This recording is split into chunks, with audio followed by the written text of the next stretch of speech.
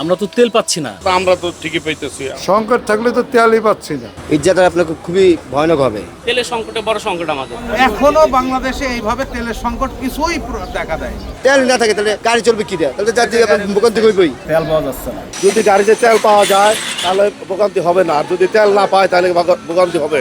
যাত্রীদের উদ্দেশ্যে বলছে, আপনারা না জেনে না শুনে না বুঝে এই গুজবে কান দিয়ে আতঙ্কিত হওয়ার কোনো কারণ নেই। সবাই বলে তেলের সংকট নাই, পাম্পে গেলে তেল নাই।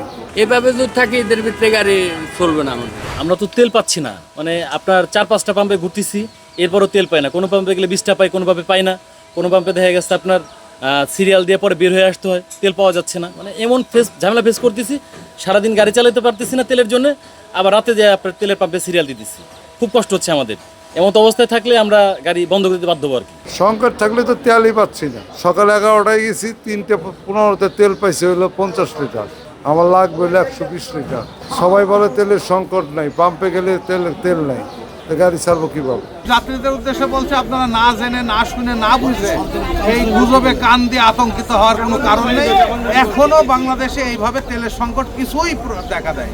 এরা মুখে মুখেই গুঞ্জন, শুধু কোনো পত্র পত্রিকা টেলিভিশনের সংবাদেও তো পাননি যে একটা কোনো সংকট, অমুক পেট্রোল পাম্প বন্ধ হয়ে গিয়েছে, তেল দিচ্ছে না, এরা মতো আমরা এখনো দেখিনি। তেলের একটু আছে, পাম্পে একটু সিরিয়াল দেওয়া লাগছে, দেখা যাচ্ছে 200 লিটার তেল লাগবে, কোনোটায় 40টা, কোনোটা 50টা, কারো 60টা, এইভাবে তেল দিচ্ছে।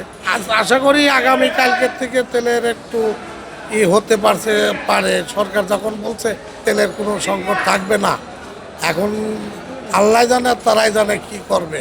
ইজ্জাতের আপনাকে খুবই ভয়ানক হবে, কারণ দৌড়পাল্লা যারা যাবে এত কষ্ট করে বাল বাচ্চা নিয়ে, তারা যদি দেখেন টিকিট কেটে বসে যোগ দিন, গাড়ি আইতেছে, রাস্তায় গাড়ি সাইড কিছু তেল নাই, যদি তেল না থাকে তাহলে ওই গাড়িটা আমাদের যাত্রী কিভাবে নিয়ে যাবে? এটা কোনো সরকার বুঝতেছে না। তেল থাকার পরেও দিচ্ছে না, কিন্তু আমরা তো ঠিকই পাইতেছি। আমাদের কোম্পানি তেল আনতেছে, দিতেছে। হয়তো যে জায়গা ডিপু, ওই জায়গা থেকে হয়তো 5 গাড়ি পাঠাইছে, 2 গাড়ি হয়তো তেল দিছে, 1 গাড়ি দেনে, হয়তো ধীরে ধীরে দিতেছে। সবই যদি এক সময় একবারে দাম করে একটা কিছুতে প্রেশার দেন, ওটা তো কুলাতে পারবে না।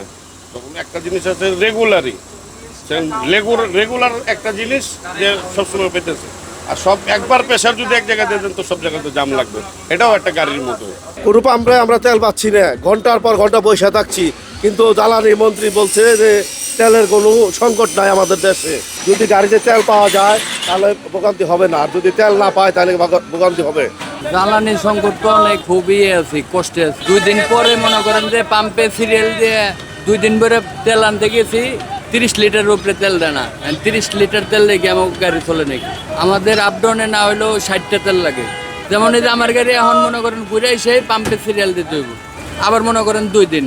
এভাবে যদি থাকে এদের ভিতরে গাড়ি চলবে না আমাদের। 3 দিন টিপ মারতে পারিনি তেলের কারণে। গত পরশু দিন সকালে পাম্পে সিরিয়াল দিছি, আর গত শুক্রবার দুপুরবেলা 2টার সময় বের হয়েছি 50টা তেল নিয়ে, তাও পুলিশ প্রশাসন সাথে থেকে 50টা তেল দিয়েছে।